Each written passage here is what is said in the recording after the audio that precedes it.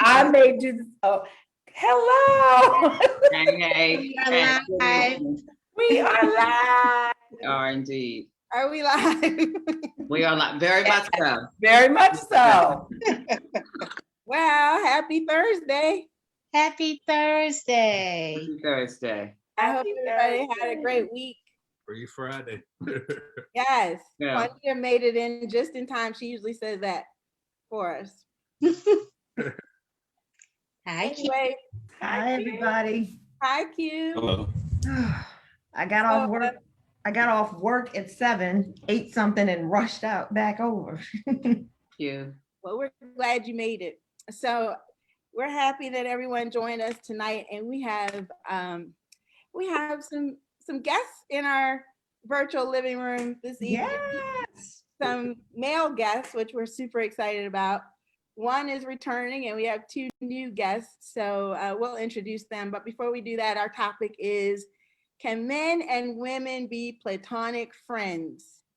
And I just have to start this evening saying that one of my dear friends that's on here tonight, Hallie, he let me know today that another dear friend of ours passed away, another male dear friend of mine, who I had been in constant contact with over the pandemic and recently had not heard from, so didn't realize that there was a problem. So, but I checked our text message thread, and the last thing that we shared, he and I and another friend from college are on a group text, and the last thing we all said to each other was that we love each other. So I want everybody on here tonight to know that I love you, because you just never know when the last time that you will be in contact with someone is. So just know that I love you all. Everybody on this panel, I love You too. and I'm praying for his family and all of our friends. It's a huge loss. I'm still in shock. It hasn't hit me yet. It's hard to believe, but I just, it just was another reminder of how short life is and how we have to be there for each other and just check in on people. Make sure you check in on people too, and let them know how you feel while they're here. So we're going to have a good night tonight, though. This is going to be an interesting conversation. I'm looking forward to it. We don't let men in our virtual living room often, so Glad to have you. This is my second time. Yeah, Dirk is a repeater. You're VIP. Dirk is the VIP. Yeah. I'm not sure about VIP, but We tested the waters with Dirk a few weeks ago, so it worked out pretty well. So we said we would open it up a little bit. So anyway, I'm Cara Dunstan. I'm going to quickly introduce our guests. We've got Hallie Williams, who I've known since college. And we've got Andre Beckles, who I've known since graduate school, and Dirk Joseph, who I've also known since graduate school. So looking forward to hearing what these men have to say. But before that, we'll let our other good girlfriends introduce themselves, starting with Marcy. Hey, Marcia Penn. Marcy, good to see everybody. Good to meet some new folks on the chat tonight. Alicia Marner. Good evening. Hi, good girlfriend. Hi, Lisa. Hi, Lisa. And welcome to the male guest tonight. Absolutely. Well, thank you. Happy Friday Eve. I am Juanita, aka Q. I'm loving to see the brown men in here with us, and welcome. Yes. Yes, and I'm Regina, and I am glad to have a merged conversation tonight. Men and women coming together to have a discussion, a good girlfriends discussion with our good guy friends. So hi, everyone. I'm Jeanette, and I want to welcome our guests. We are glad for this integrated conversation between the males and the females. It should be most interesting. And I also want to welcome any new guests to our virtual living room, say hello and welcome back to our old guests. And just to give my normal disclaimer, we are not experts. Tonight we come together just kicking it in our virtual living room with our good girlfriends and our good guy friends, and sharing information as friends do, platonic friends share information with each other and exchange ideas. So this should be a wonderful, insightful conversation. And I'm ready to jump into our topic. Awesome. So, I mean, clearly, because at least 3 of the multiple men that I invited showed up tonight and are my dear, dear platonic friends, I clearly believe in that men and women can be platonic friends. Now, how we get to that point might be more of a discussion that we can have, but I definitely know that you can have platonic friends. Well, I have platonic male friendships at least. So, who wants to start and jump in with how they feel about this subject? Okay, somebody. I want Andre. Andre, come on, jump in, sir. Jump in, sir. Well, I guess that means that you were on the call when Kara called me a few nights ago and I would not give an answer. That was Jeanette. Jeanette was on the call. You me. That was Okay. Jeanette. I would say that you can be platonic friends. And that's something that builds over a period of time. One can, there are always, I always like to say there's instant attractions of different kinds when you first encounter someone of the opposite sex. So I believe, my opinion is that you can be attracted to someone's intellect. You, at the same point in time as you're attracted to that person's intellect, you are also attracted to their physical being. And it can all happen just like that. Many times it's vice versa. As a kid, my sister always told me that, you can't chase after every woman that you meet. And I looked at her and I said, really? Yeah, she says, you can't have everything. And that was as maybe like a 14, 15-year-old, as she was teaching me lessons. And as I got a little bit older, we had the conversation. She's, and strangely enough, she brought it up at a rooftop party. She says, you've been away for a while. I was in California, not here in New Jersey. She says, how's it been dating out there? There's women, there's so many women, because she lived in California at one point in time. I says, yeah, that's true. It's roughly about 20 or 30 to 1. I said, I'm living the dream. She says, but you remember our conversation we had as a kid? I told you that you couldn't have everything. And I says, you know what? And I learned that the hard way. I learned that the hard way. I believe that as you mature, or I would say as I matured, I started looking and kind of pumping my brakes to really find out a lot more. It wasn't as much about the physical, it was about, everything thereafter. One can always have a sexual relationship and that be it. But then there's always, when you wake up, what do you say after that? Where does it go from there? Or are you just never going to meet someone ever again? So my thing is, I always try to find, the common bonds. And common bonds may mean that you may continue to grow as just friends, because, for me, there's not a list, but there's just things that I'm interested in. And I mean, there's sometimes that opposites attract, but then there are other times that they may not. And that's how you sometimes just remain as platonic friends, or the relationship will grow over the years. I've had that where I've ended up dating someone, but then I've also, I have, as my partner will tell you, she says, you have so many women friends and you've dated so many women. She says, she's always implying something there, but I said, but many of the women friends that I have are just friends. We just enjoy doing things together. As an example, I have a friend who, her father one day in California says, she has a boyfriend. Why are you here helping her move? I says, well, free food. free, free food. I was in college, free food. So I'm here. Plus, she's a good friend. So I definitely believe it. In my case, as I got older, I matured, and it was not always the physical that really attracted me to someone. It was more of their intellect. And then if there was nothing else there, or if it just, there's also the timing. The timing is something.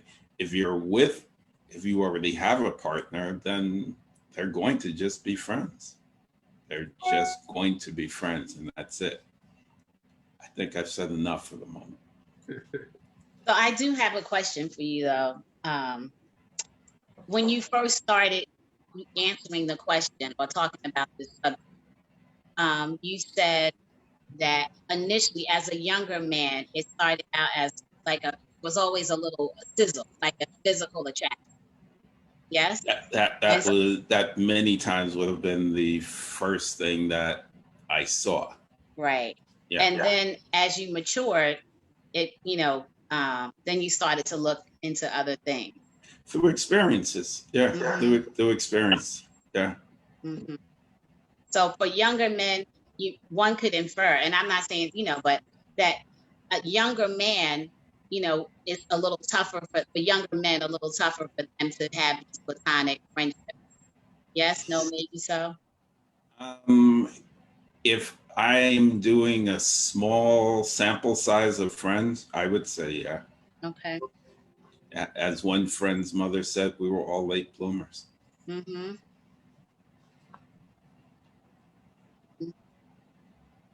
So I come at, I'm a little come from a different perspective. I've been married 18 years. So as far as like platonic friends, is Car and I, like you said, we've been buddies since undergrad. And so it is funny the way he worded it is that I guess you can have friends wind up being platonic from different perspectives. Early on because of just straight buddies. You guys gel, good chemistry between you. And then on other angles, because like you said, guys being guys, you shoot your shot and you get put in the friend zone. So in that perspective, they don't have a choice to be but platonic, or in the other perspective, a relationship, you're in a relationship and it doesn't work for whatever reason, and then you're like, hey, it's best that we go our separate ways. Now that perspective, you can have a platonic relationship, but in all, and I know I put this disclaimer out there because Car and I was talking about it. The onus is more on the women than the men, because guys are going to be guys. You know what I mean? And so to maintain, and bear with me on this, to maintain that platonic relationship, sometimes guys will test it. It tests the friendship. And so I do put it I on. agree. With that. More so the men, I agree. to maintain that, because guys got different, I mean, the guys will share it. You rank your friends on different levels too. You know what I mean? Especially, in that space. So that's my full disclosure. And I totally I saw a couple of head nods. agree. Yeah, I totally agree. But I also think it's difficult. I think it's difficult to, Hallie, you said you were married. Yeah. Yep. And even when we have those platonic friendships, I think sometimes when you're married, that can be a little difficult too, especially when you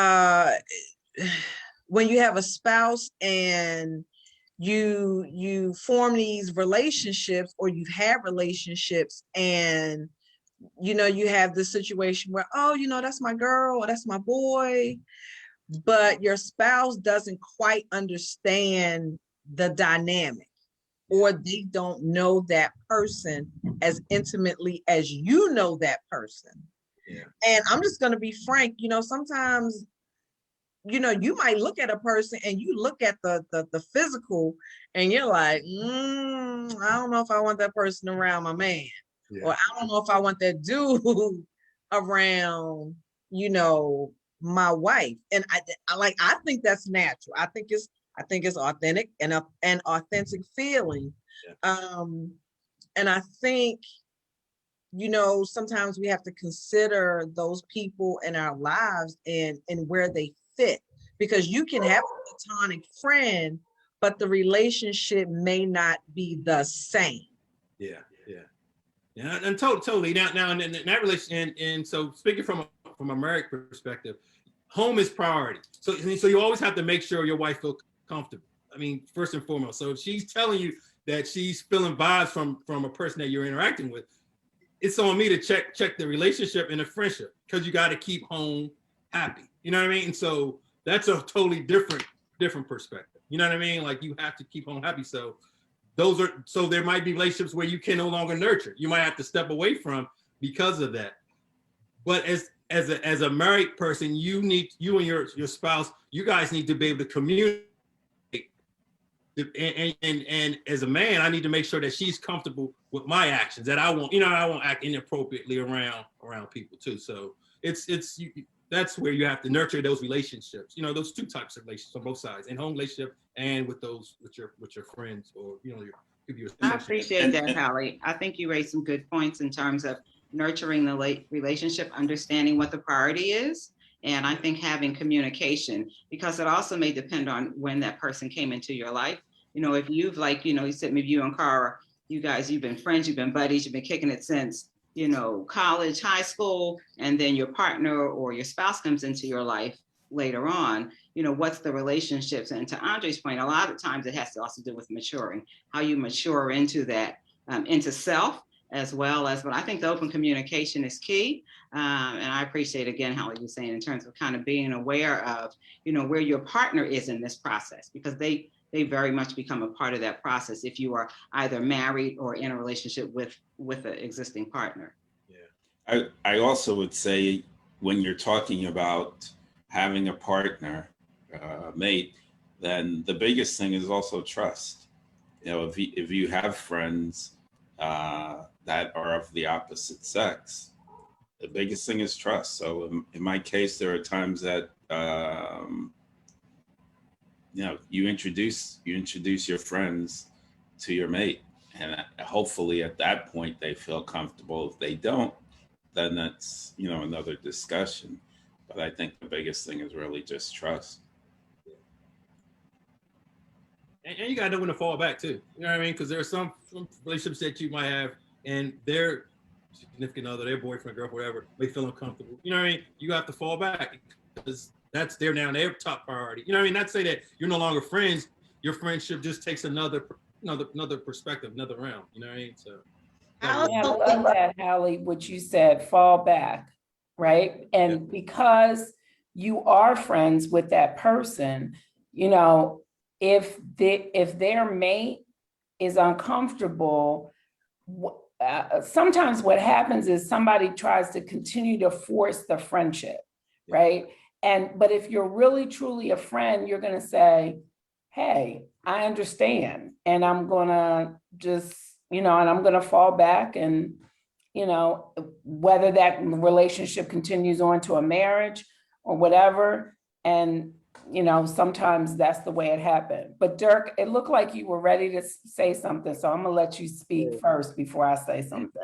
Yeah, so I kind of agree with what Andre was saying about the trust factor, right? Because I've got a lot of female friends, and straight just friends. Cara will tell you, she knows me probably better than a lot of people do.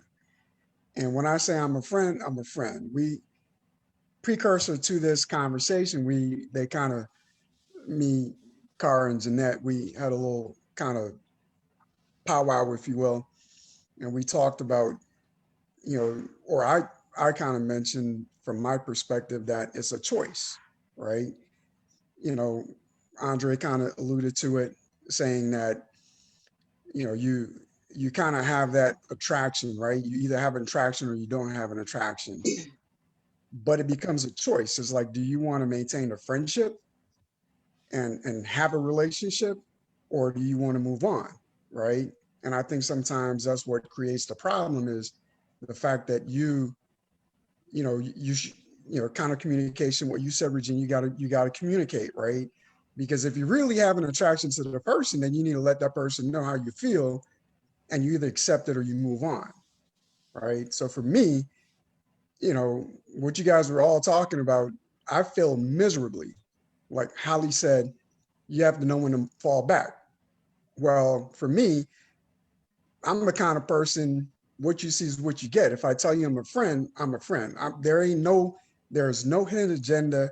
There's no ulterior motive. So for me, if I tell you that person is my friend, they are strictly my friend. I didn't know how to say, okay, to put my situation first to say, hey, all right, I can't talk to you anymore because the person I'm with has trust issues.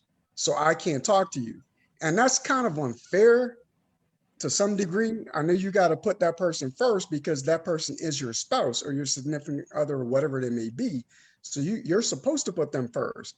But when you know in your heart that person is strictly just a friend and you got to give up that friendship because like in any relationship, no one's going to always have the total connection, right?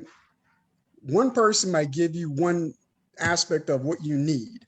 Another person might give, so now you have to give up that friendship, right? Because you know that person is just a friend, but you have to give it up because that other person doesn't trust you. So you got to give it up. And that's a tough thing. I'm not saying it's right or wrong. I'm saying it's a tough thing. But again, back to my point, I think being a friend, whether you say platonic or whatever it may be, I feel it's more of a choice. I mean, just like cheating.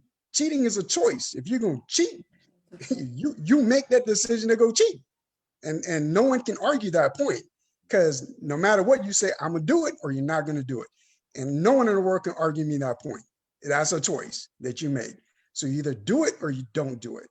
And I think back to blurring the lines of, okay, am I going to keep it platonic or if I'm going to, because how many times have you guys, we can do a poll. How many times have you guys heard the best relationships? I'm talking marriage, whatever, right? The foundation is built on friendship. How many times have we heard that? So then what are we saying? You can be a friend, but then my brothers were saying, you can graduate to something more, right? But it has to be mutual. And that's kind of where it starts getting sticky. I think that's what I was going to say. I also think, oh, go ahead, Juanita. Oh, it's Dirk said, I've had a similar situation where, I had to say, listen, no, this person can't be your friend. But I also think it depends whether the person who came first in the relationship, right? Like my husband, he's got a childhood friend that is just whatever, but somebody new came along and I was like, I don't like her. I don't want her around kind of thing. And that's a different story, but a childhood friend who I'm not going to tell him he can't be friends with somebody he was been friends with for as a child, but we've met and all that kind of stuff or whatever. But I think you kind of have to balance that with what type of relationship you're having with that mate versus the friendship. Right. So I just want to kind of follow up on what you said, Q, because you raised an interesting point. And that's kind of where I got in trouble a lot, right? Because I had friends. But what happens when it's began at a more romantic relationship, but then you realize that, okay, we are better off being friends than we are being intimate, right? So how do you transition there? And that's one of the, again, I mean, I got in trouble all the time because I knew what I was going to do. And rightfully so, my ex-spouse, what she would say made, I get it. I mean, I look back now and kind of reflect and I get her point. Not that I didn't get it back then, but I get it more now where, her position is like, okay, well, you were intimate with this person and now you're friends. I know you, right? Because she knew me and she would tell me all the time that of all the people in her life, she trusted me, right? And that's man, woman. So, but I understand her perspective in that it's not me she was necessarily concerned about. She was concerned about the other people and what they might do. Now, me, I'm thinking, okay, we're friends. So that person feels the same way that I feel. And that's why I'm saying I get her point now, because not everybody says how they really feel. A person might say, just to keep the relationship going, oh, I'm a, like Holly said, fall back. I'm a fall back, but they really have some other desire.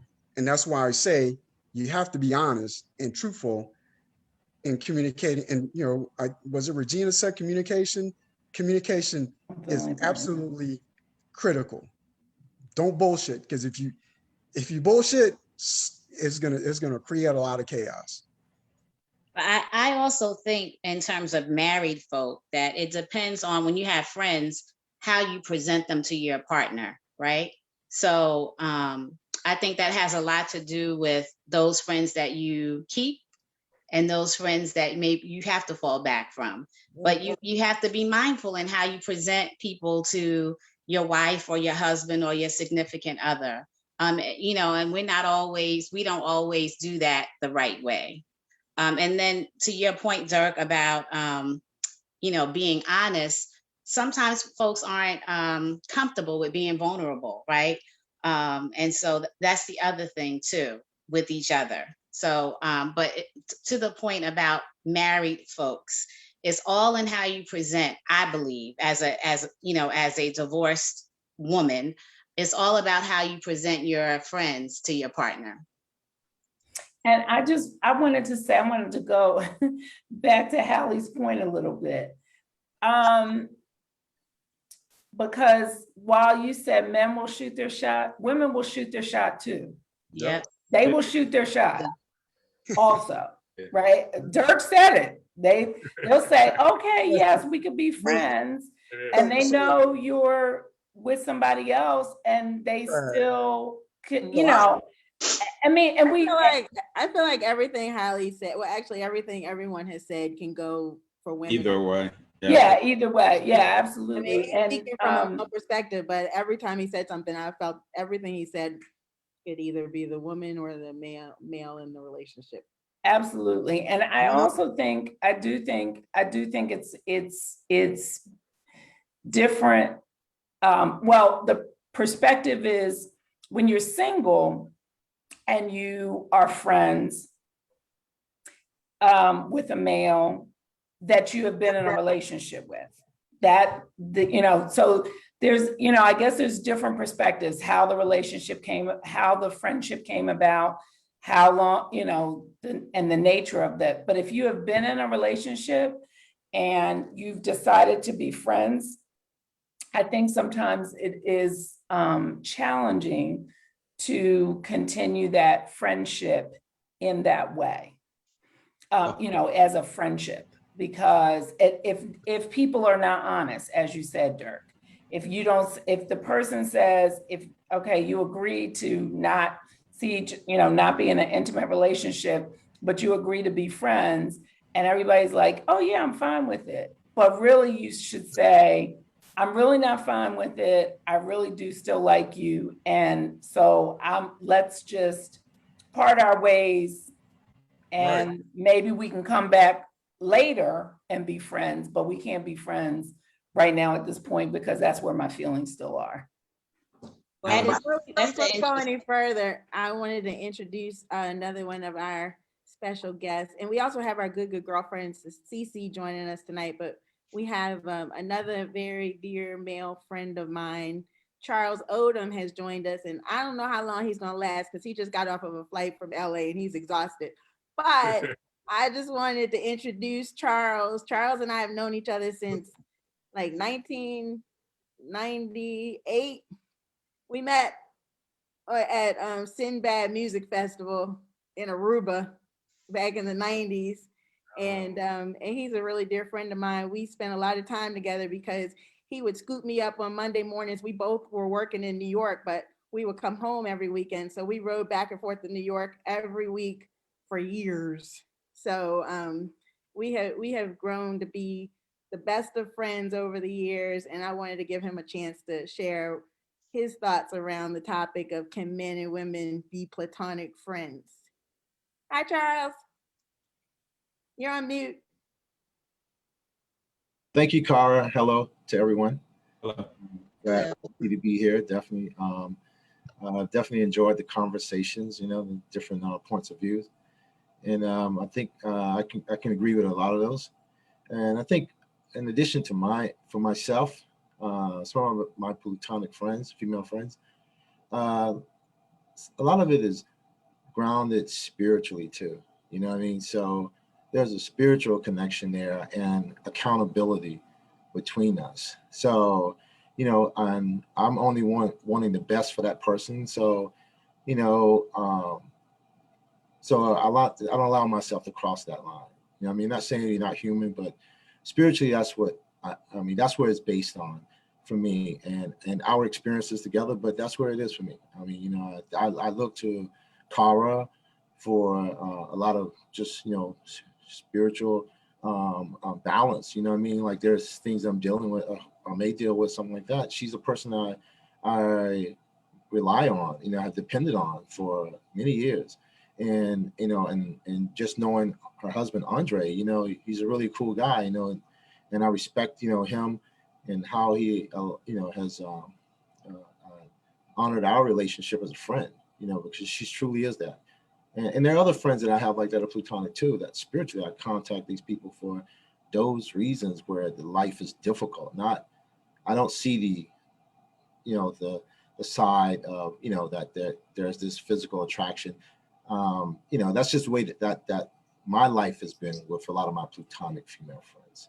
And I could say too, as the brother said earlier, Andre, I think you realize that as you get older as well. I mean, if when you're younger, as a male, there's, I mean, I'm not gonna say it's not easy having a Platonic friend, female friend, but I think as you get older and also if the basis of who you are is your spirituality, I think you look at things differently, and that's my perspective. Cool. I was going to say one thing because it just kind of hit me.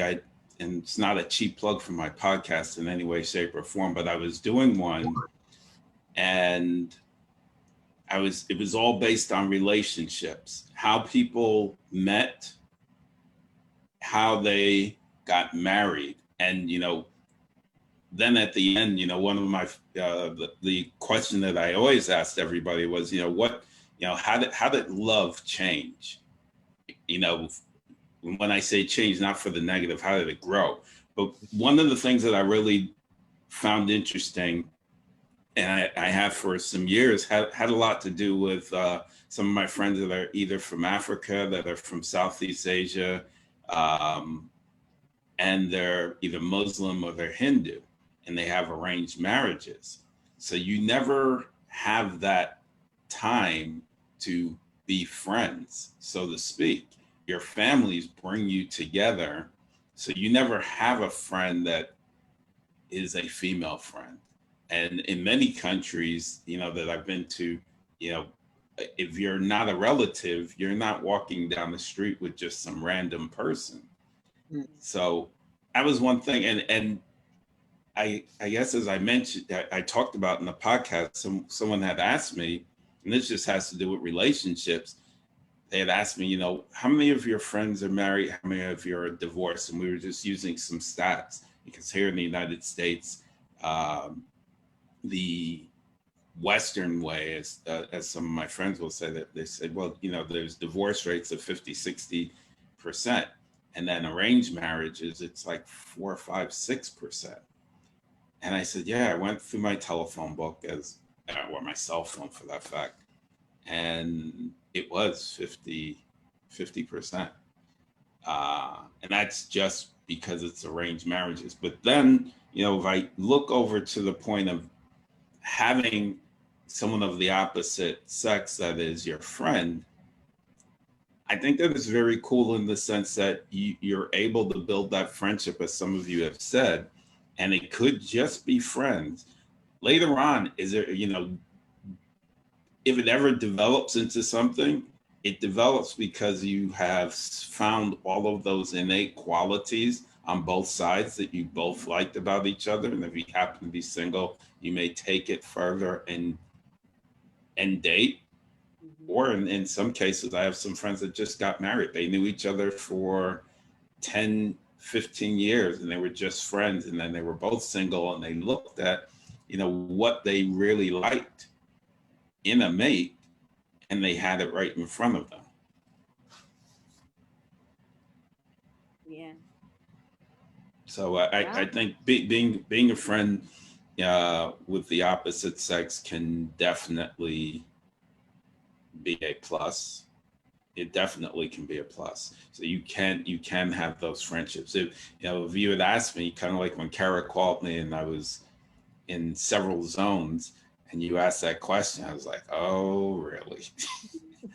If you had caught me a few years ago, yes, I'm sure I would have said it makes no sense at all. But I definitely believe that you can find a lot of good qualities in having friends of the opposite sex, or if indeed you're a same-sex person, and it can work one way or another. I mean, friends are to be cherished. I like to say, when you talk about friendships, for me, it's kind of like that. There's that term, whether it's blood in, blood out. If you're a friend, you're a friend for life, and I'm going to really do just about anything for you, and as long as it's reciprocated.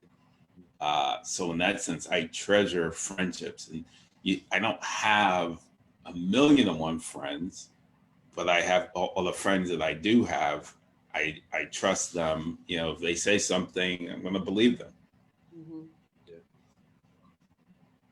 Mhm. Real quick, since you mentioned your podcast and we wanted to share that a little later, tell everyone I enjoy your podcast, and I share it with a lot of my family and friends, and I totally enjoyed that episode. I know exactly what episode you're talking about with the couples, and it was really interesting later to see their pictures, trying to put the faces together with the stories. But share a little bit about your podcast so we can share that on our Facebook Live real quick. What's the name of it?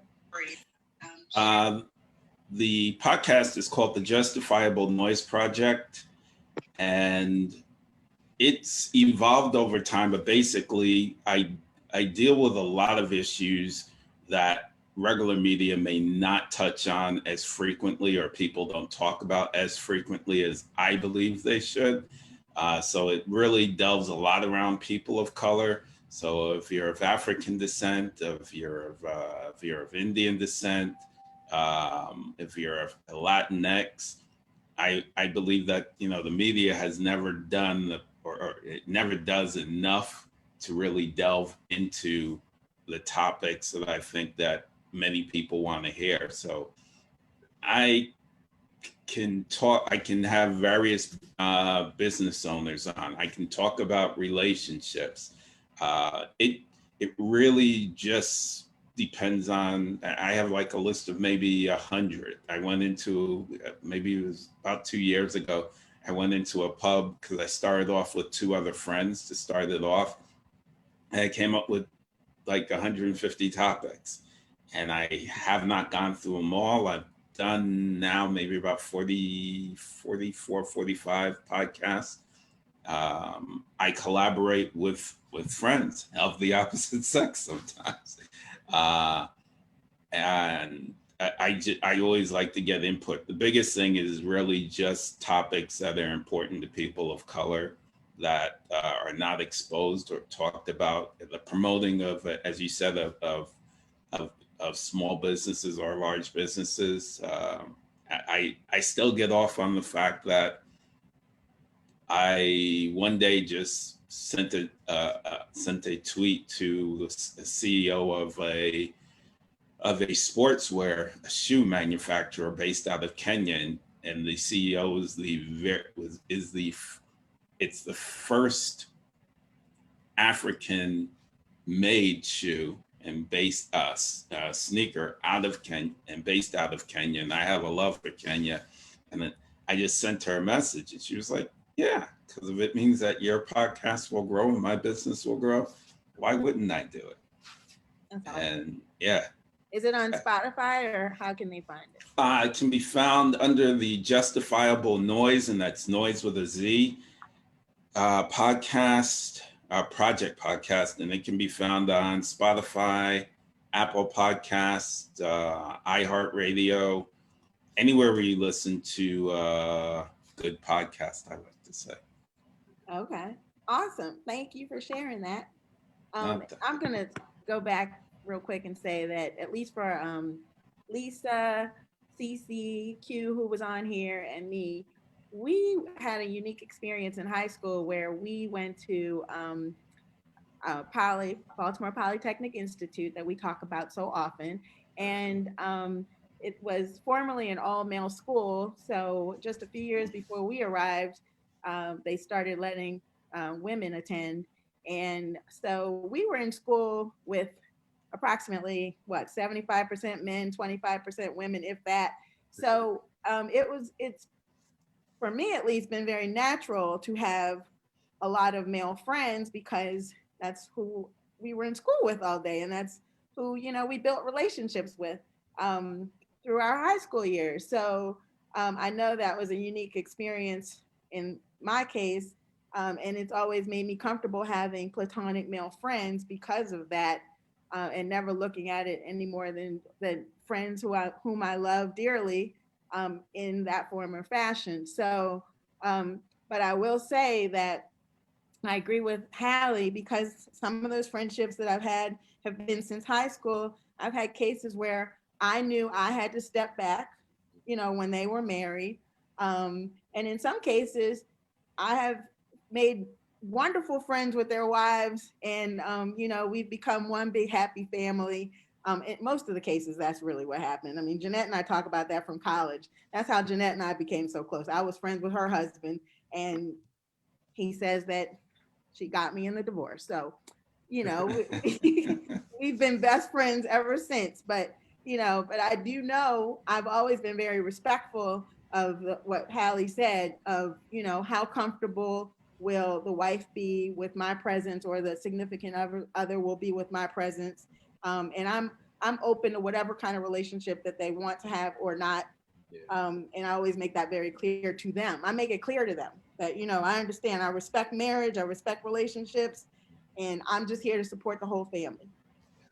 Whatever way you want, whether I'm around or not, I will continue to pray for you. And that's how we handle that. And so for me, it's been successful. I've made some wonderful girlfriends, sister friends for life that way, and truly do love them just as much as I love the husband. So, and the husbands sometimes claim I love them more, but that I love the whole family. But I understand what Hallie said is true. You have to make sure that the spouse is comfortable. Same in my own relationship. My husband and I, he knows my male friends. If there's someone that he's not comfortable with, if they don't know to step back, I make sure that they step back, or I make sure it's a different relationship, because he needs to be comfortable with that. And same thing in his case. He's gotten to know some of my male friends, and now they're some of his closest friends. And I tell him he's a friend stealer, because I'm like, they were my friends, but okay. But anyway, but that's how you have to handle it. There has to be a level of respect. And he, we both trust each other in that form or fashion. When we say it's a friend, we know it's a friend, unless we see otherwise. And then we bring it back up and we discuss it again. And there's been times where I've told him, and he knows how I am. I mean, I love he has female friends and I love them. And, but if there is one who I'm not comfortable with, I'll let him know. I'll say, I'm not comfortable with that relationship. And so we deal with it that way. And I think that that's been a healthy way for us to at least deal with platonic friends in our lives at this point. So I think it all comes in maturity too. So I was married young. So at a young age, that wasn't happening in my relationship. So even though I had male friends, like you said, I always had male friends, Carl, from elementary school. I just wasn't the girly girlfriends. I don't know. I had a couple of girlfriends, but not like I had male friends. And then high school, like you said, we were outnumbered in high school, way outnumbered.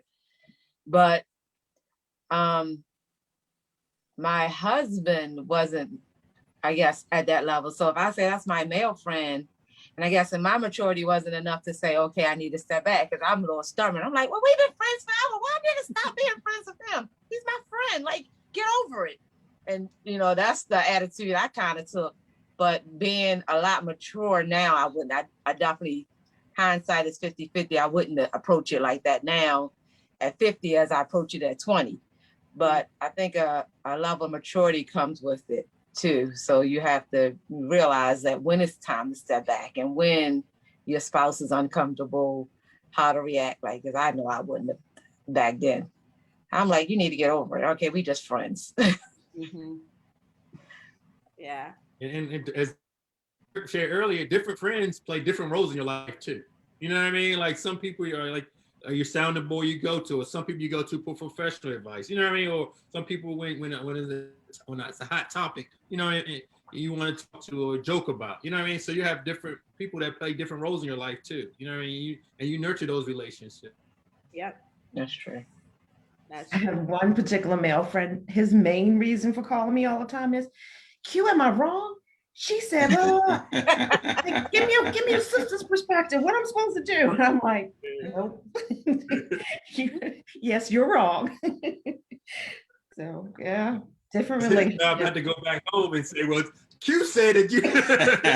And I had to say that earlier. I was like, don't say I said it. Right. I heard, you know, I got another perspective. I thought about it. Okay. But I think the Q, that's a very good point, because sometimes you do need, you know, especially, I mean, I have an older brother, but sometimes you need a male perspective that you don't have the perspective. You don't have that perspective. You can't see that perspective a lot of times. And when you hear that perspective from someone that you know and trust, it gives you, not to go back and say, well, you know, Hallie said I shouldn't do this and I shouldn't answer you like this, but it does give you a perspective too. And I think that that is a maturity level as well, because in our younger days, we would go back and say, well, that's not what so-and-so said. But, you know, as we get older, we're like, okay, let me go and check with another male friend and see what his perspective is, because maybe I'm not seeing it that way. And it's maturity and experience too. You know what I mean? Because yes, in Carter, we always joke about like young people now. You know, whereas like we're men, we taught to date. You know what I mean? Like we're taught, we nurtured to date. Whereas women, they're not taught to date. You know what I mean? Like, so now the new generation, we tell the young women now to date more. But in the past, that wasn't the behavior, you know, that women did. If you did, they were stereotyped. You know, we tell. Did I get echo? You guys got echo from me? It's gone. Can you hear me clear? Yeah. Okay, cool. But yeah, so and those where you get those experiences, how, you know, in a relationship, in dating, you know what I mean? And so that's why it's always good to have that another perspective. Yeah. We tell the young women. Andre's listening to the live.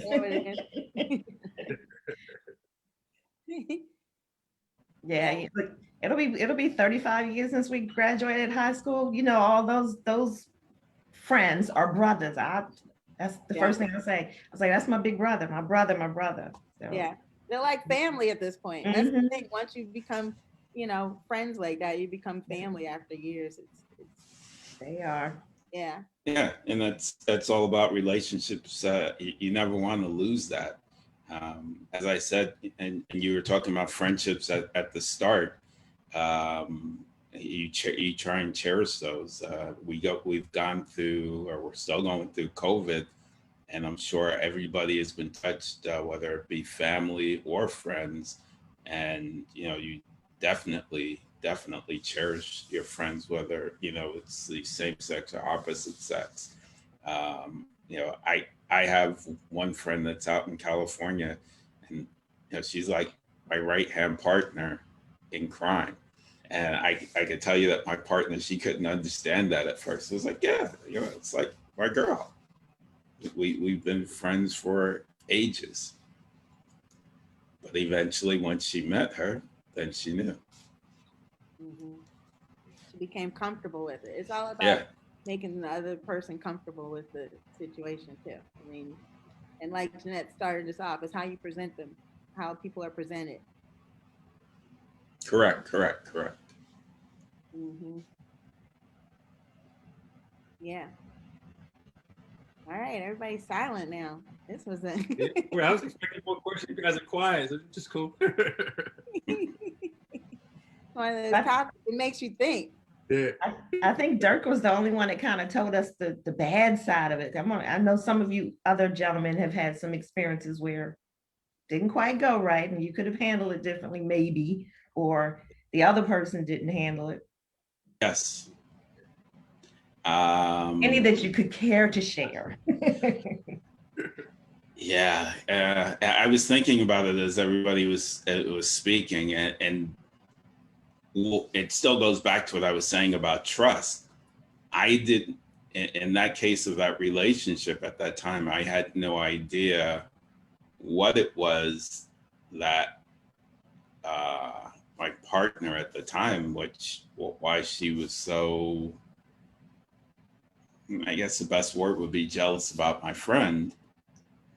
But it was one night she just broke down, and she said that it had a lot to do with previous relationships, and she had never talked about that. But all of a sudden one night the tears just came out, and I'm like, where did this come from? And then at the end she said, that's why, and really it really delves in this topic of men and women being able to be friends. She couldn't see that. She couldn't. And it was weird. I remember when I went back and I then told my friend about it. She says, really? She says, maybe I could have done something different. I says, no, there's nothing that you could have done. It had a lot to do with her past relationships. You couldn't have done anything any different, the times that you have met her. So she might have had some trust issues before she even got involved with you. And I had never seen them until that moment. You had never brought another woman around. No, it didn't. It was just something about Wendy. Just something about Wendy. I'm a believer that women do know, though. She sent something. Yeah, I believe in that women's intuition, though. So she knew something that even Wendy wasn't admitting, probably. But you know what? You said something, Andre, too. You said that she didn't believe that men and women could be friends, and perhaps her experiences, right? She had never really had a male friend, so that might have been why she felt that way too. So when you have a significant other, and we all know this, they bring their own stuff to the. We all bring our own stuff. Which might lead to sometimes I agree, women's intuition is strong, right? As they say, game recognizes game. Men have that, women have that. But there are some cases where it is based on, it may not be so much that there's a trust thing, but it might just be based on their experiences. And a man's never had just a female friend, or a woman's never had just a male friend. So they don't understand, they lack understanding. Mm-hmm. And it comes across as them not being trusting, where it's just a lack of understanding. Mm-hmm. I mean, and we all deal with different levels of insecurity. You know what I mean? So like, how can you be that friend with someone that's attractive? You know what I mean? So we all deal with different levels too. So it's your job to make them comfortable. You know what I mean? And right. and accept their response. Like don't brush it off or force you feel on them. You have to accept it. Right. And I think it comes back to your experiences and maturity, because when you're younger, or even as you grow, how do you know to have these conversations? You haven't had the experiences. And then it comes up, Kari, you all were, you started with some male friends very young, and it's just grown over time. And that to me is really a blessing to have. I'm also about friendships and cherishing friendships, both male and female friends who have been, in our life, either from high school or from college. And I have some friends, who I'm still very much connected with. I've had some friends that I've dated, and it didn't work out that way. And we became good friends, and we're still good friends today, because there was something about each other that we really like, and that there was some things that we were attracted to. There were some intellectual things, and some of the things that attracted us that we thought that didn't work, but we were able to get past those. But to me, it really depends on the people, you know, and how much you cherish the friendship, how much you trust one another, and having your partners understand it. But how do you learn to have those conversations if you've never had them before, if you haven't experienced them? It's back to that communication. Everybody doesn't know how to, you know, how do we just, you know, how do I sit and talk to you? Especially if you guys have friends that you guys have been connected for a very long time. You know, I have friends high school and then from college that I've been connected to. And so everybody doesn't get that, you know, and those things to me are absolutely special. And Dirk, like, you know, you said, and then CC, you both said, you know, hey, these are my friends. They really are my friends. And they've been in my life a very long time. And that's a special thing. So, you know, again, the communication is really key in terms of having, you know, your partners understand that, providing they are absolutely your friends. And then there's that. And then there's that. And then there's that game. Okay.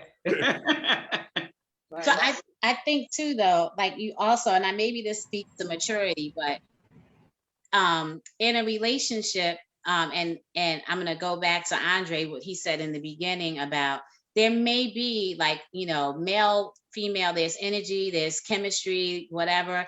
And you might have a good friend and you find, oh, there's a little spark there. You have to be mature enough to make a decision. I am not going to jeopardize this friendship.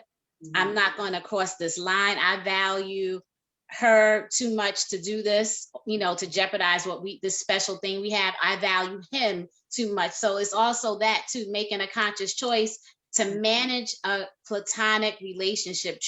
That's true, you know, so that's the other thing. I agree with that, Jeanette. And I think to go back to what Hallie said about, you know, we have these platonic friends that serve different purposes. Yeah. And I think Charles talked about it too. You know, Charles, you said you go to certain people, you know, it's a spiritual thing. You go to certain people, say for certain types of advice, or when you're going through certain things, you know, you have different friends that you reach out to.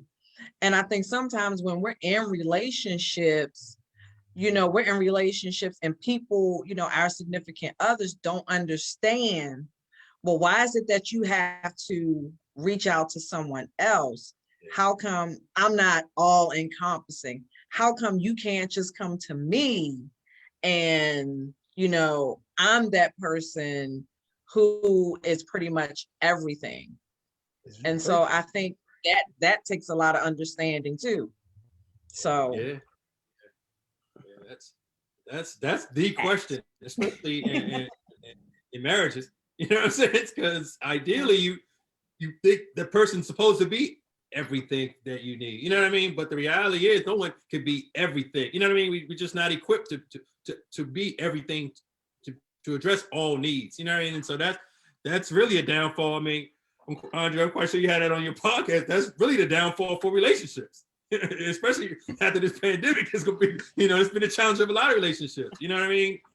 But where's that balance? That's a constant challenge of relationships. Where does that pendulum fall, and how vulnerable are you willing to be when you can't meet those needs? Because that's the reality.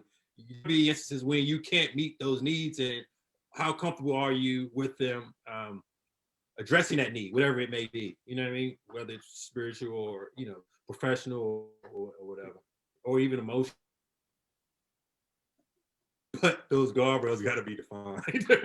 you don't go into that. So this is a slippery slope that we're going down. Because like, so you mentioned emotional. So if you're married and with your husband, listen, you can have, I believe, an emotional affair. I mean, I think the emotional support you get from your spouse. Yeah. That's a whole other conversation. When he said emotional, I was like, oh. Yeah, I was like, that's a slippery slope. You should be able to have platonic friends for other things, but when it gets to emotional, that's when me as a wife or whatever, I think that might be a bit. It's a slippery slope. That's why I said guardrails. Yeah, you need some. I agree right there. Yeah, that's you know. Right. So But how, but also, and let me take some.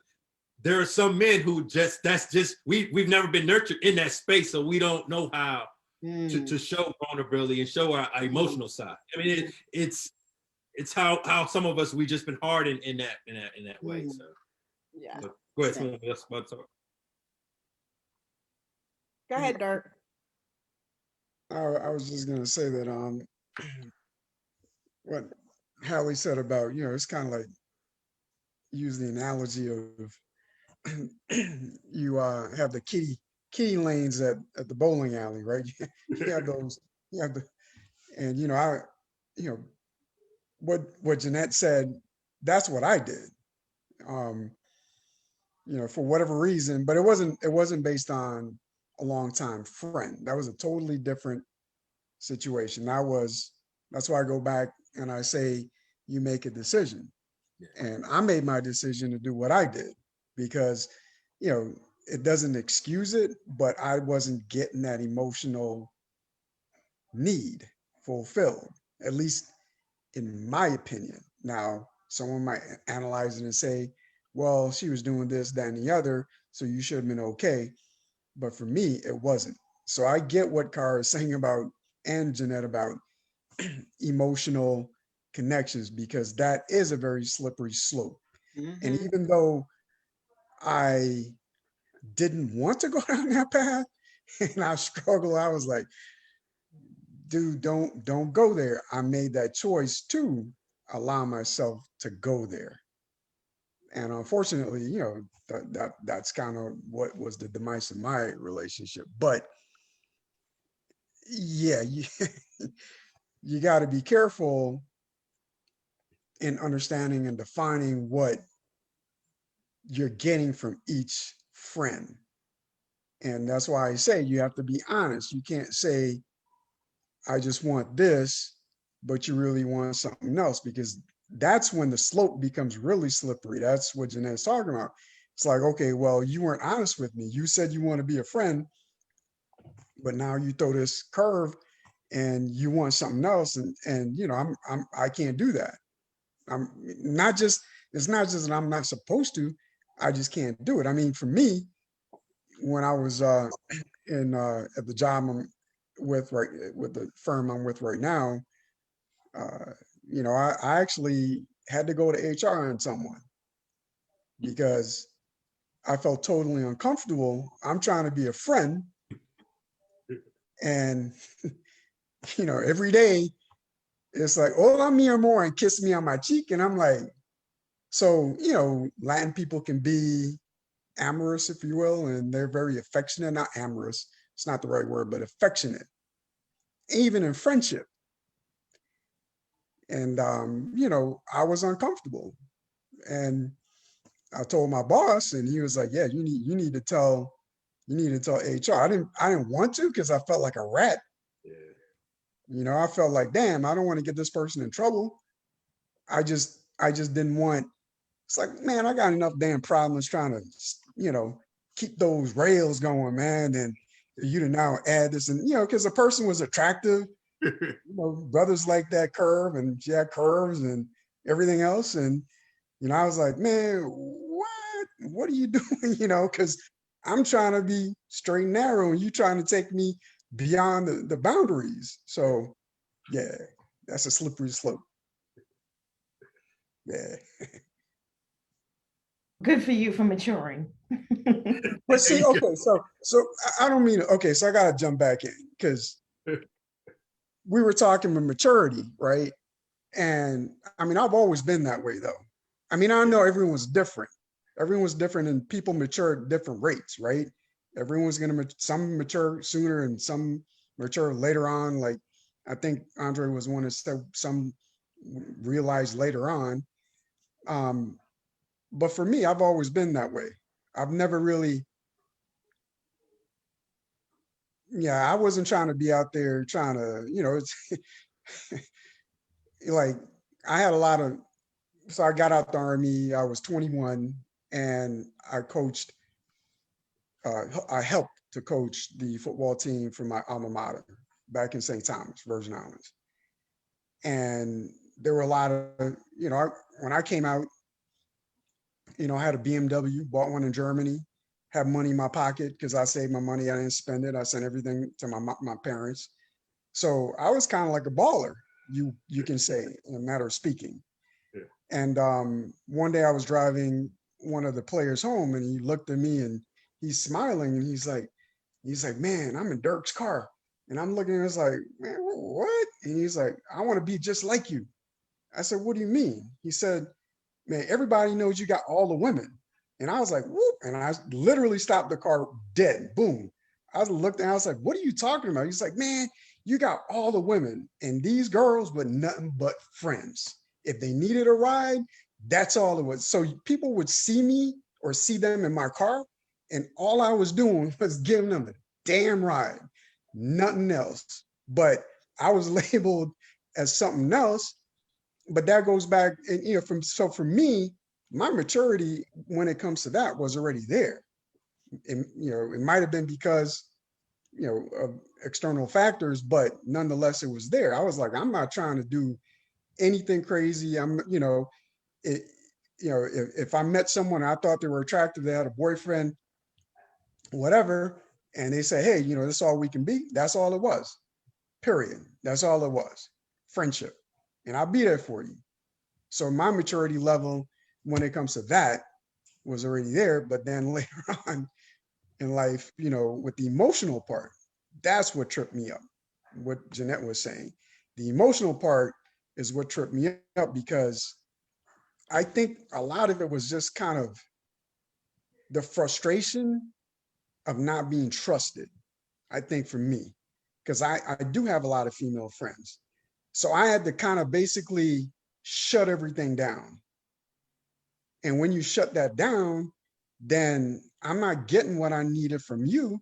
So, yeah, the first person that came along, and I had, had any kind of attraction towards, it just erupted where I couldn't stop it. I wanted to. I was like, I don't want to do this because, my ex-wife will tell you, it's like, I know this dude loves me, and her, me, or whatever, but unfortunately, she wasn't there, and it stemmed because of the lack of me being able to have friends to give me what she couldn't give me. I wasn't that mature in my early 20s. But I get it. I get it. Because look, I hung with my boys, and yeah, they were doing their thing. I just wasn't into it. Not for me. It just wasn't. It was never my cup of tea. Did you get early in your 20s, or? Wait, I can't. My internet is kind of messing up. Say that one more time, Holly.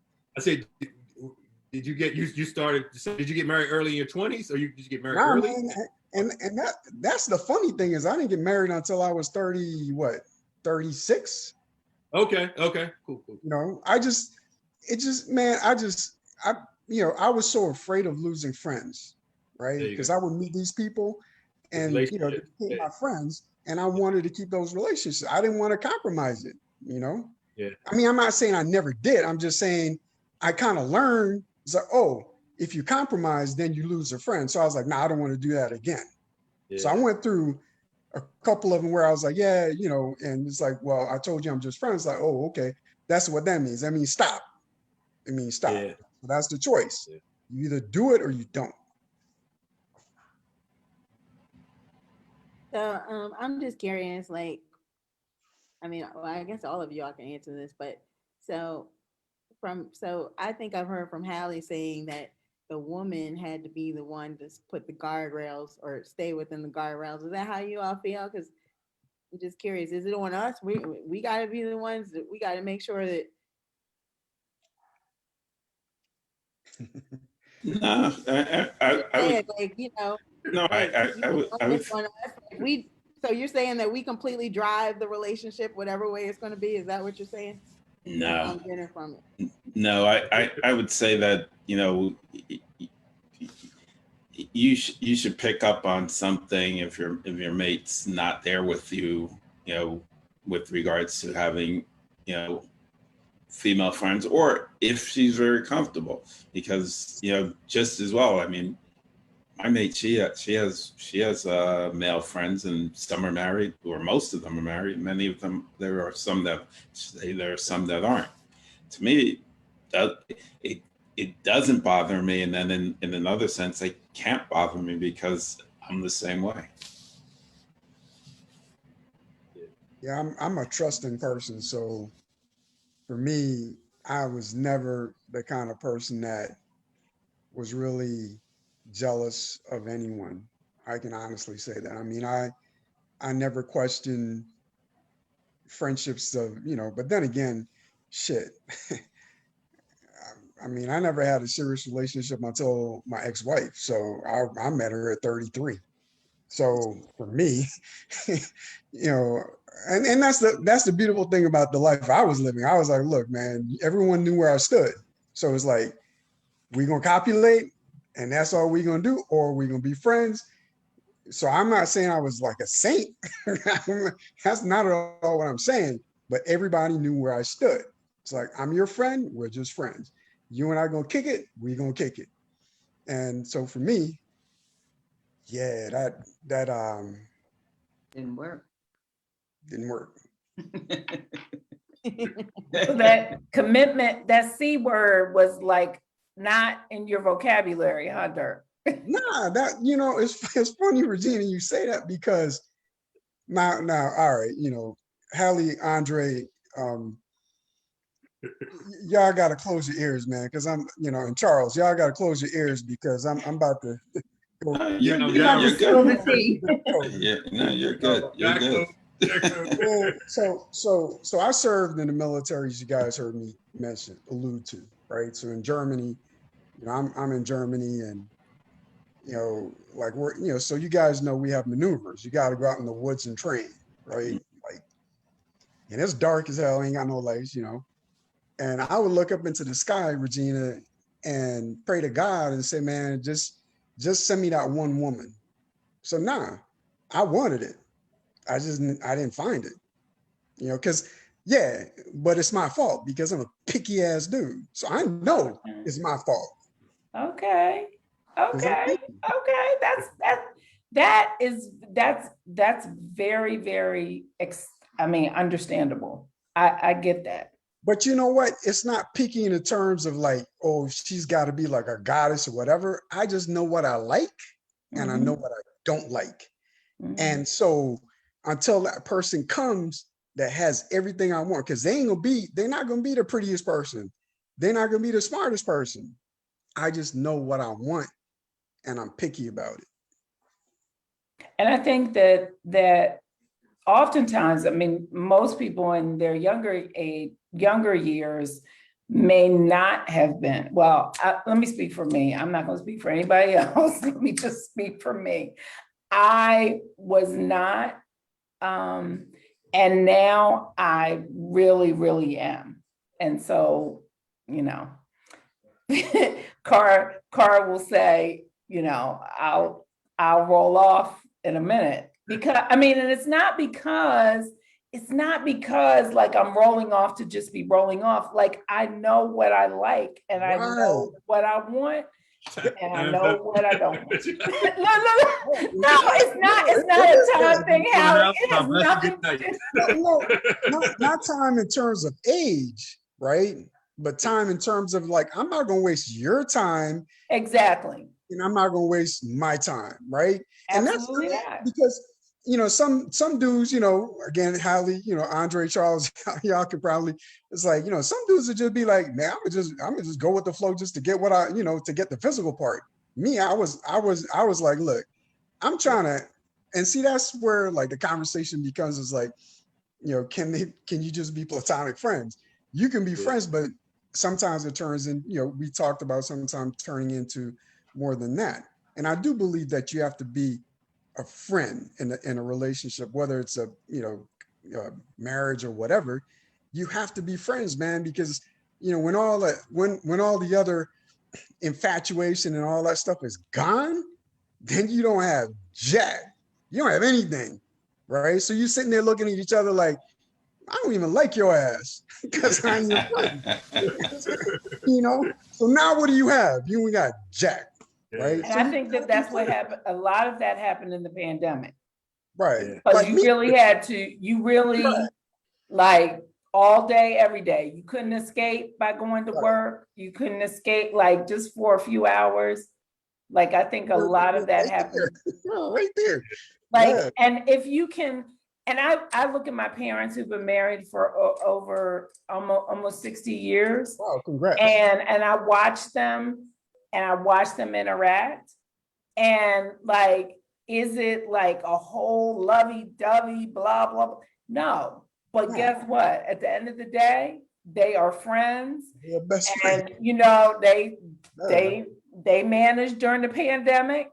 Everybody was up in the house, you know, and they both are retired even before the pandemic when they both retired. Like, it's just, you know, so I do think that there is a lot to that underlying, Jeanette said it first too, that underlying friendship is very, very important. I think that is the most important thing. And there are times where you have the friendship and you realize, you know, that that's all you can have. Do you know what I mean? Case in point, my ex-husband and I, we're great friends. People don't understand, right? That's all we could have. That's how we operate best as friends. And we're great friends.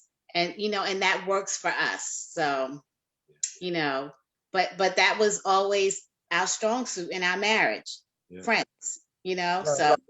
Right. I mean, my favorite thing to do, you know, I'm giving up my cool card again, is pillow talk, man. Ain't nothing like, and I ain't talking about after you have sex, all right? I'm talking about just you in bed with your partner, you know, and you might roll them and say, you sleep? Nope. And you start talking. Next thing you know, shit, I got to get up for work, right? But you don't talk for like 3-4 hours, just talking about all kinds of stuff. That's friendship. Yeah. I agree. I was gonna say, relationships and friendships are sometimes on two parallel paths. You know what I mean? Like relationships sometimes, because especially women, sometimes I feel like sometimes you guys hold on to friendships way too long when they pivot to a different phase. You know what I mean? So whereas guys, we cool with guys that we might not talk, you know, they go about their business, you know, we get another set of friends. You know, we got different pockets of friends, but we want to do different things. You know what I mean? And so even in relationships, like I said, relationships go in different phases too. You know what I mean? And so, in part of that, what people experience a lot of time is sometimes you can get out of like. You know what I'm saying?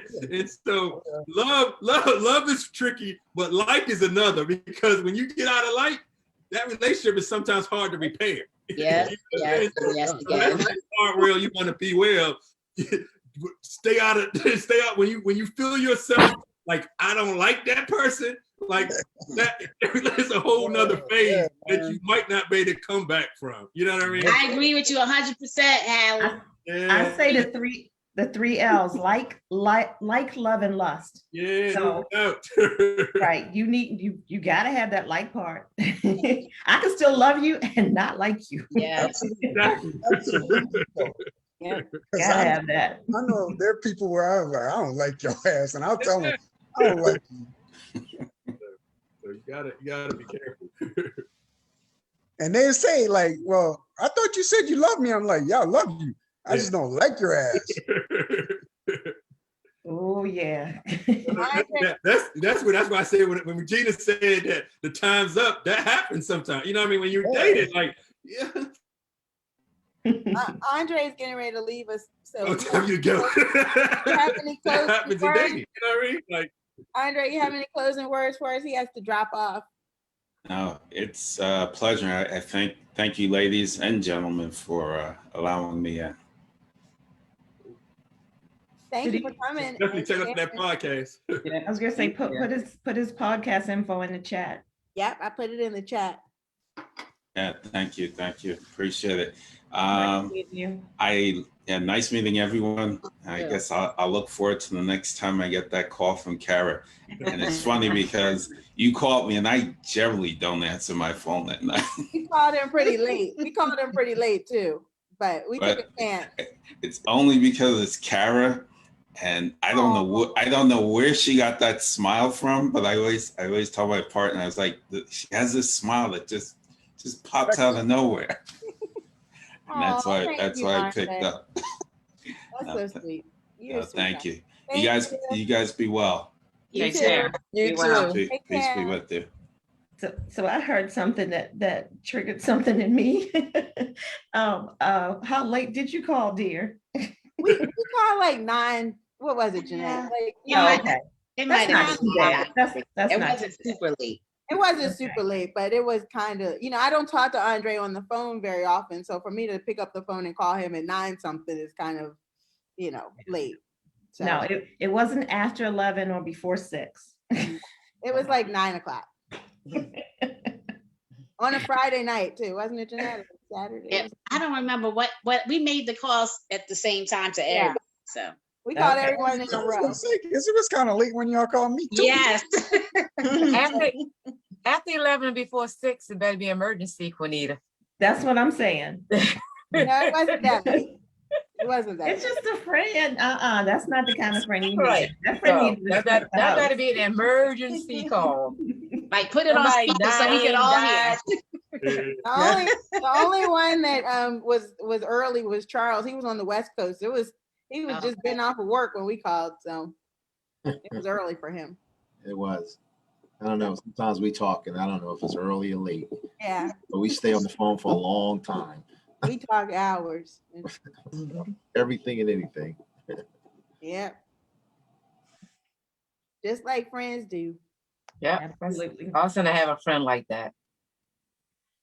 Yeah. Yeah, and by the way, Cara, Andre's the bomb. So yeah, you about to lose another friend. You ready to lose another friend? Oh, you're talking about my Andre. You're talking Yes. about my husband. Yeah, I thought about that when I said that. He talks to Dirk now more than I talk to Dirk, which is crazy. I'm like, another friend he stole? Yep. Dang.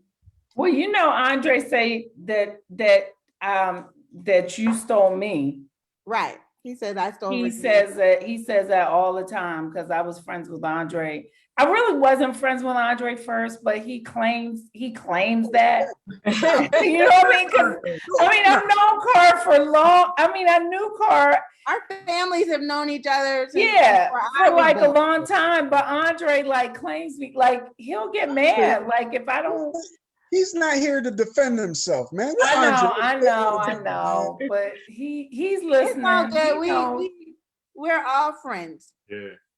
So Yeah, that's I been a love blessing Dre, for me that my husband has embraced my male friends and they've become his friends, and same with him. His female friends like Regina, we've become dear friends. So it's been a blessing in our relationship. So it's And all Dre- good. And Dre's always telling Cara, stop trying to hook Charles up. What are you doing?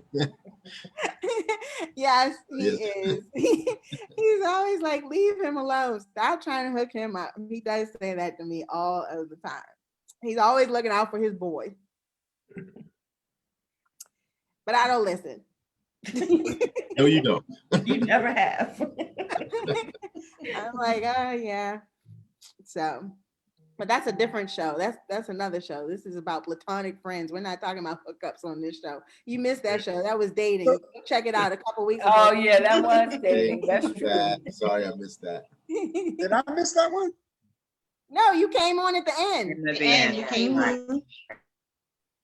So how come I didn't get hooked up? That show, one of the main things we talked This is about. about was dating platonic friends. friends. We're You gonna came at come the back end, to Derek. debate and discussion another Oh time. my gosh, we're gonna have the whole hookup, matchmaking, dating.